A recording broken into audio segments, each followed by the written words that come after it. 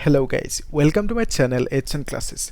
तो आज हम लोग एक बहुत ही ज़्यादा इम्पोर्टेंट कॉन्सेप्ट को देखेंगे जो है conversion of units of pressures. ठीक है, और इसको हम लोग ऐसे भी बोल सकते हैं कि डिफरेंट यूनिट्स ऑफ प्रेशर। ठीक है, तो प्रेशर की बहुत ज़्यादा यूनिट्स होते हैं, बहुत सारे यूनिट्स होते हैं। लेट्स से यहाँ पे मैंने लिख के रखा है, ठीक है, 5 यूनिट्स। एक होता है एसआई यूनिट, एक होता है सीजीएस यूनिट, एक होता है एटमॉस्फेयर यूनिट। एटमॉस्फेयर बोलते हैं जिसको हम लोग एटीएम, अब सुने होंगे एटीएम। ठीक है, वो वाला पैसे वाला एटीएम नहीं। ठीक है, तो एक होता है बार। बार क्या है? प्रेशर का यूनिट है। और ये जो मिली बार है, मिली बार क्या है? ये भी प्रेशर का यूनिट है। ठीक है, तो तौर क्या है? तौर भी अगेन एक प्रेशर का यूनिट है। ठीक है, तो एग्जाम में या तो आप क्वेश्चन देखे होंगे, चीज़ें देखे होंगे, तौर दिखे होंगे कहीं पे है ना, कहीं पे बार दिखे होंगे। ठीक है, तो ये सब जब देखते हो अब कॉन्फ्यूज हो जाते हो। ठीक है, ऑब्वियस सी बात, मैं भी हुआ था। ठीक है, तो कॉन्फ्यूज क्यों होता है? क्योंकि इन सब के बीच में जो कनेक्शन है, ठीक है, वो आप नहीं जानते हो क्लियरली। इधर उधर से तो रट्टा मार के हम सब ने सीखा कि मतलब तौर को इतना 1 mm ऑफ एच, ऐसे कुछ रट्टा मार के चीज़ों को हमने भी सीखा, लेकिन कॉन्सेप्चुअली वो सब चीज़ें क्लियर नहीं है। आज इस लेक्चर में मैं गारंटी देता हूँ आप डिसअपॉइंट नहीं होंगे। मतलब मैं एकदम बेसिक से चीज़ों को समझाऊंगा और आपको डिसअपॉइंट नहीं करूँगा। ये लेक्चर देखने के बाद एट द एंड आप सब कुछ सीखेंगे जो प्रेशर की यूनिट से रिलेटेड है। ठीक है, तो इन सब चीज़ों को हम लोग देखते हैं एक एक करके। ठीक है, ओके। तो पहला वाला जो केस है वो है प्रेशर की एसआई यूनिट। उससे पहले मैं और एक चीज़ बता देता हूँ। लास्ट क्लास में हमने मर्क्यूरी मैनोमीटर को पढ़े थे, मतलब जो ओपन ट्यूब मैनोमीटर है। तो अगर वो वीडियो आप लोगों ने नहीं देखा है तो देख लेना। ऐसा नहीं है कि मतलब इससे कुछ कनेक्शन है, ऐसा बिल्कुल नहीं है। ठीक है, तो अगर वो वीडियो देखेंगे वहाँ पे कुछ चीज़ें पता चलेंगे। ठीक है, मैंने वो भी वीडियो अच्छे से बेसिक से वहाँ पे समझाया था। ठीक है, तो देख लेना, आप लोग प्लेलिस्ट में है। तो आज की जो ये लेक्चर है, ये लेक्चर नंबर कितना है? 12। ओके, तो यहाँ पे हम देखेंगे प्रेशर की जो यूनिट्स है। ठीक है, तो प्रेशर की यूनिट्स यहाँ पे हमने कितना लिख के रखा? 5 यूनिट लिख के रखा। ठीक है, तो यही सब चीज़ें घुमा फिरा के एग्जाम में देते हैं, पूछे जाते हैं। ठीक है, तो JEE मेंस अगर देंगे तो या नीट एग्जाम देंगे तो ये सब चीज़ों की क्लियर कॉन्सेप्ट होना बहुत ही ज़्यादा ज़रूरी है। ठीक है, तो आप लोग यहाँ पे ये क्लियर कर लो। गुड। तो देखो, हम लोग प्रेशर की डेफिनेशन से शुरू करते हैं। हमें मालूम है, क्या मालूम है हमें? प्रेशर इज इक्वल टू क्या? Pressure is equal to force per unit area. आपको मालूम है ये? यस। तो फोर्स का ऐसा यूनिट क्या होता है? तो फोर्स का ऐसा यूनिट होता है न्यूटन। ठीक है, और एरिया का मीटर स्क्वायर। तो इसको हम लोग क्या लिख सकते हैं? Newton metre inverse square. ठीक है, तो ये क्या हो गया? ये हो गया एसआई यूनिट। ये एसआई यूनिट हो गया। ठीक है, किसके? प्रेशर की। तो इसको सीजीएस में अगर लिखना है, ठीक है, तो सीजीएस यूनिट मतलब centimetre, CGS unit centimetre gram second. तो सीजीएस यूनिट में अगर लिखना है तो कैसे लिखेंगे इसको? तो न्यूटन का सीजीएस यूनिट क्या होता है? न्यूटन का सीजीएस यूनिट होता है डाइन। ठीक है, न्यूटन की सीजीएस यूनिट डाइन। तो मीटर का सीजीएस यूनिट क्या होता है? सेंटीमीटर। ठीक है, और यहाँ पे इनवर्स स्क्वायर लगा दोगे। तो प्रेशर की जो सीजीएस यूनिट है वो क्या है? Dyne centimetre inverse square. Okay, तो प्रेशर की ऐसा यूनिट क्या है? Newton metre inverse square. ठीक है, तो यहाँ तक क्लियर है, यहाँ पे मैंने लिख के रखा। तो ये जो ऐसा यूनिट ऑफ प्रेशर है न्यूटन मीटर इनवर्स स्क्वायर, जिसको हम लोग पास्कल भी बोलते हैं। ठीक है, पास्कल को ट्रिब्यूट देने के लिए पास्कल के नाम पे रखा गया।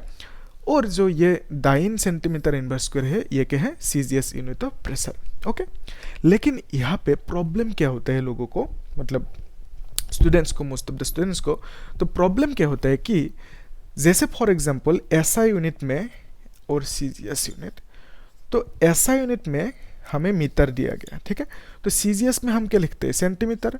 तो अगर कन्वर्ट करने दिया एसआई से सीजीएस पे, तो हम क्या लिखेंगे? 1 metre is equal to 100 centimetre, या तो 10⁻² सेंटीमीटर। ठीक है, तो ये हमने कन्वर्ट किया कि 1 मीटर से सेंटीमीटर पे 10⁻² सेंटीमीटर। तो अगर हमें 1 newton metre square inverse square को कन्वर्ट करने दिया, किसमें? सीजीएस में। सीजीएस में क्या होंगे? Dyne centimetre inverse square. ठीक है, तो कितना यहाँ पे वैल्यू होंगे वो निकालने दिया। ठीक है, तो उसको कैसे निकालोगे? आसान तरीका है, ठीक है, इसको मैं समझा देता हूँ अभी, ठीक है। तो देखो, इस न्यूटन को हम क्या लिखते हैं, न्यूटन को KG metre per second square लिखते हैं कि नहीं। तो यहाँ पे हम लिख लेते हैं, एक काम करते हैं ना, इसको मिटा देते हैं। आप लोग वीडियो को पॉज करो ना करके, इसे नोट कर लो, ठीक है। तो हम लोग इस कन्वर्जन को देखेंगे, ओके, उसके लिए इसको मिटा देते हैं।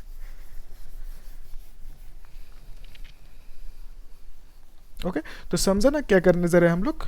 तो इसकी कन्वर्जन को देखने जा रहे हैं, ठीक है। तो देखो, हमें मालूम है कि 1 newton metre inverse square suppose है, ओके। तो न्यूटन को हम लिखते हैं KG metre per second, okay, square.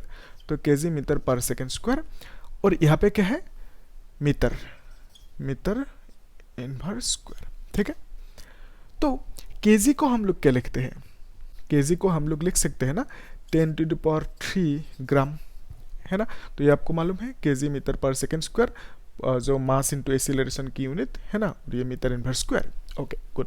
तो यहाँ पे जो केजी है, केजी को हमने ग्राम में लिखा 10⁻³ ग्राम, ओके, इनटू मीटर को हम क्या लिखेंगे 10⁻², मीटर की यूनिट क्या होता है।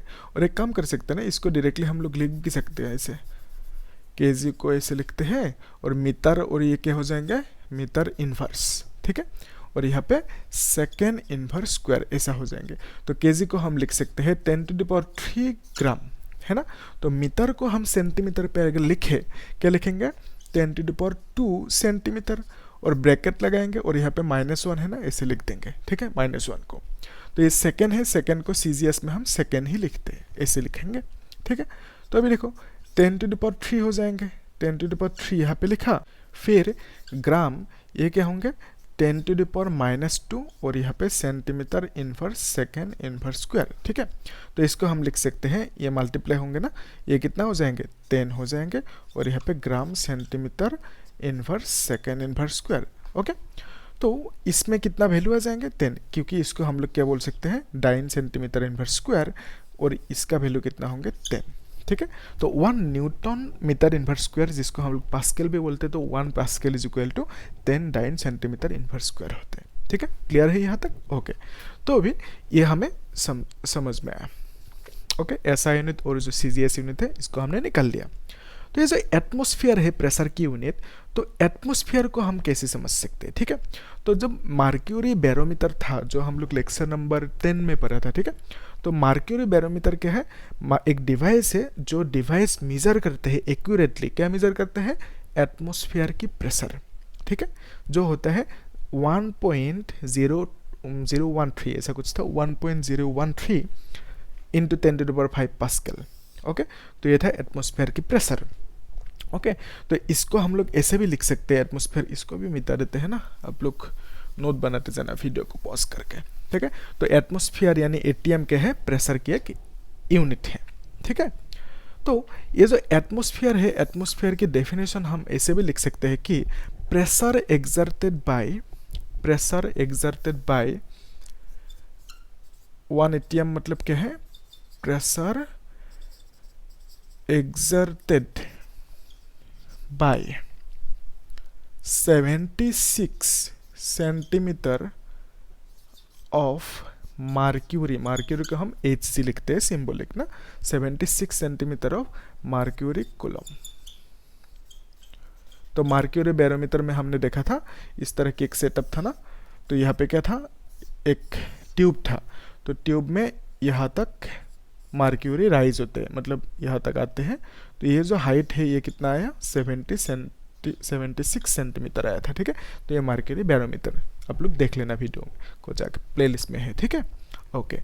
तो ये जो केस है pressure exerted by 76 centimetre of Hg column, तो वहाँ पे हमने कैलकुलेट किया था वो प्रेशर कितना होंगे, वो प्रेशर आया था 1.013 इंटू 10⁵ पास्कल। पास्कल को हम लोग फिर से लिख सकते हैं ऐसा यूनिट में न्यूटन मीटर इनवर्स स्क्वायर, ठीक है। और इसको हमने क्या किया, दाइन में लिखा।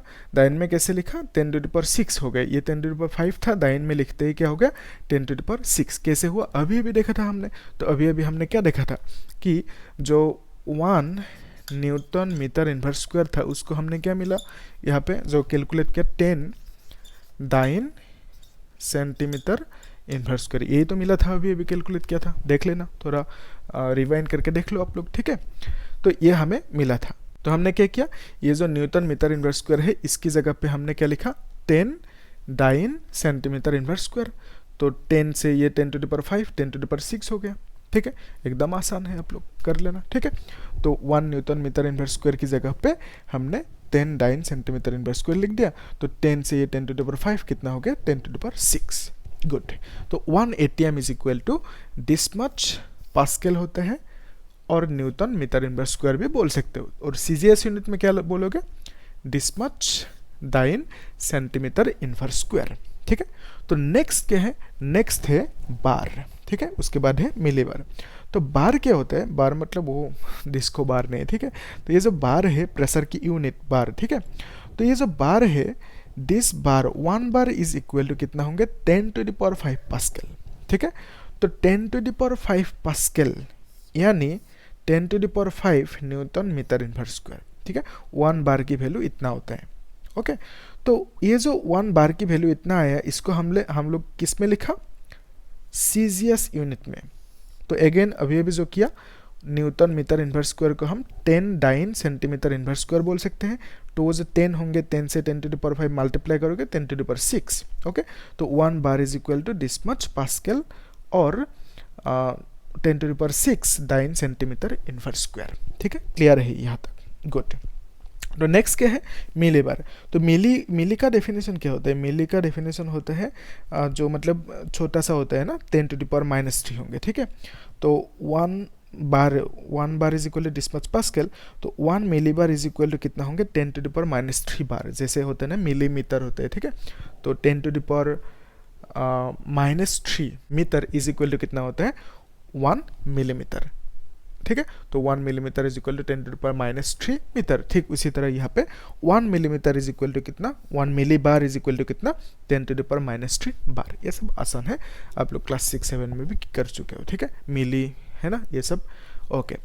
तो नेक्स्ट ये एक इम्पोर्टेंट यूनिट है जिसको हमने क्या बोला, तौर, ठीक है।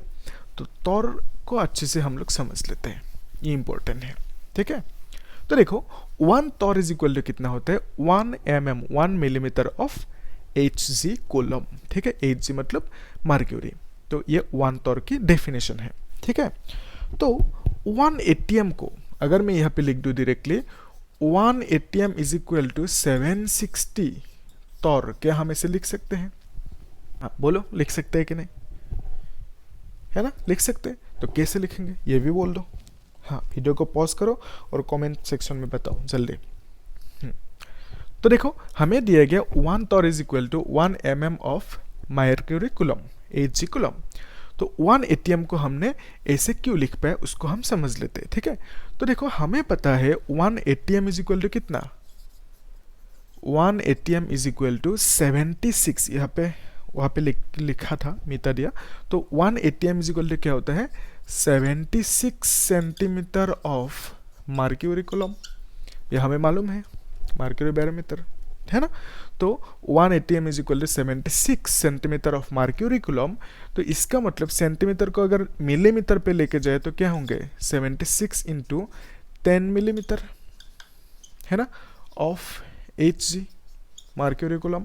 तो इसका मतलब 760 मिलीमीटर ऑफ मर्क्यूरी कूलम बोल सकते हैं, है ना। तो 1 ATM इज इक्वल टू कितना, 760 मिलीमीटर ऑफ मर्क्यूरी कूलम। यहाँ तक हमें क्लियर है, ओके। तो अभी देखो 1 millimetre is equal to 1 millimetre of Hg is equal to 1 torr. तो 760 millimetre of Hg is equal to कितना होंगे, 760 तौर होंगे कि नहीं, देखो है कि नहीं, एक बार एनालाइज करो चीज़ों को, वीडियो को पॉज करो करके इसको एनालाइज करो, ठीक है, एकदम आसान है। तो 760 millimetre 1 millimetre is equal to कितना, 1 तौर, है ना। तो 760 millimetre of Hg is equal to 760 torr, ठीक है। तो इसका मतलब 1 ATM को हम क्या लिख पाया, 1 ATM इज इक्वल टू 760 तौर, ओके। तो ये इंपॉर्टेंट है, आप लोग इसे ध्यान से देखना, ठीक है। तो ये सब आसान है, मतलब कॉन्सेप्चुअली चीज़ों को अगर देखोगे तो बहुत ज़्यादा आसान होते हैं, ठीक है। अगर रट्टा मारोगे तो क्या होता है मालूम ही होता है आपको, है ना। तो एग्जाम में जाके फंस जाते हो, कहाँ पे क्या था, मतलब किसका वैल्यू कहाँ पे बिठाते हैं आप लोग, पता ही नहीं होता, ठीक है। तो रट्टाफिकेशन नहीं, ओके। तो ये जो कॉन्सेप्चुअली चीज़ों को पढ़ना है इसमें मज़ा आता है, ठीक है। और वही तो होता है ना, मतलब मज़ा लेके पढ़ने चाहिए हमें। और ये जो मज़ा लेके लोग काम करते हैं ना, कोई भी काम हो, ठीक है, पढ़ाई हो खेल कूद हो, है ना, जिसमें मज़ा आते हैं, मज़ा लेके वो काम करते हो ना, उसको हम लोग बोलते हैं मतलब इंट्रिंसिक मोटिवेशन। एक होता है एक्सट्रिंसिक मोटिवेशन, वहाँ पे क्या करते हैं कि मतलब एक प्राइज़ मिलेंगे हमें वो काम करने के बाद, कुछ पैसा मिलेंगे हमें वो काम करने के बाद, है ना। तो उसके लिए आप काम कर रहे हो कुछ पाने के लिए, वो वाला है एक्सट्रिंसिक मोटिवेशन। वो सस्टेनेबल नहीं है, वो जब मिल जाएंगे प्राइस उसके बाद वो मोटिवेशन खत्म, है ना। लेकिन इंट्रिंसिक मोटिवेशन में फ़ायदा क्या है, आपका इंटरेस्ट है तो आप काम को 100% दे के करोगे, ठीक है। तो पढ़ाई में सपोज आपने वो इंट्रिंसिक मोटिवेशन फॉलो किया, तो उस केस में क्या होगा, आप 100% कॉन्सेंट्रेट दे के पढ़ोगे, है ना। तो एक्सट्रिंसिक होने से कोई फ़ायदा है नहीं। आप अगर सपोज मान लिया कि कुछ मिलेंगे मुझे कुछ दिन बाद तो इसलिए मैं पढ़ रहा हूँ, ऐसा बिल्कुल नहीं करना है, ठीक है। तो एकदम दिल से पढ़ना है, चीज़ों को समझना है, और समझने से ही मतलब मज़ा आता है ना। और एक बार मज़ा आने लगा, बाकी आप खुद दौड़ सकते हो वहाँ पे, है ना। तो उस फील्ड पे सिक्सर मार सकते हो, है ना। तो वही होता है ना, चीज़ों को जब आप बेसिक से देखते हो, एकदम स्टार्टिंग से देखते हो बेसिक से छोटी छोटी चीज़ों को, तब इंटरेस्ट डेवलप होता है। तो आप लोग भी ये जो प्रोसेस है पढ़ाई के, मतलब वीडियो को पॉज करते करते नोट्स बनाते जाना, जो समझा वही नोट्स बनाते जाना, ठीक है। वही मैं बार बार रिपीट करता हूँ, है। तो वो जो नोट्स बनाते जाओगे वो दिमाग में बीत जाएंगे और क्लियर होते जाएंगे, और इंटरेस्ट अपने आप डेवलप बिल्ड होते जाएंगे, ठीक है। तो ये टेक्निक फॉलो करना, वीडियो को पॉज करते करते नोट बनाते जाना, ठीक है। ओके, तो हम लोग एक काम करेंगे, नेक्स्ट क्लास में पढ़ेंगे, एक्चुअल में कुछ क्वेश्चंस करेंगे, ठीक है। ये 2-3 लेक्चर्स हो गया, तो इनके ऊपर हम लोग कुछ क्वेश्चंस करेंगे। जैसे for example questions based on pressure exerted by liquid coulomb, या तो वेरिएशन ऑफ प्रेशर्स जो हमने पढ़ा, ये जो मर्क्यूरी बैरोमीटर है, मैनोमीटर है, इनके ऊपर बेस्ड हम लोग क्वेश्चन सॉल्व करेंगे नेक्स्ट लेक्चर में, ठीक है। Okay, till then stay happy, thank you.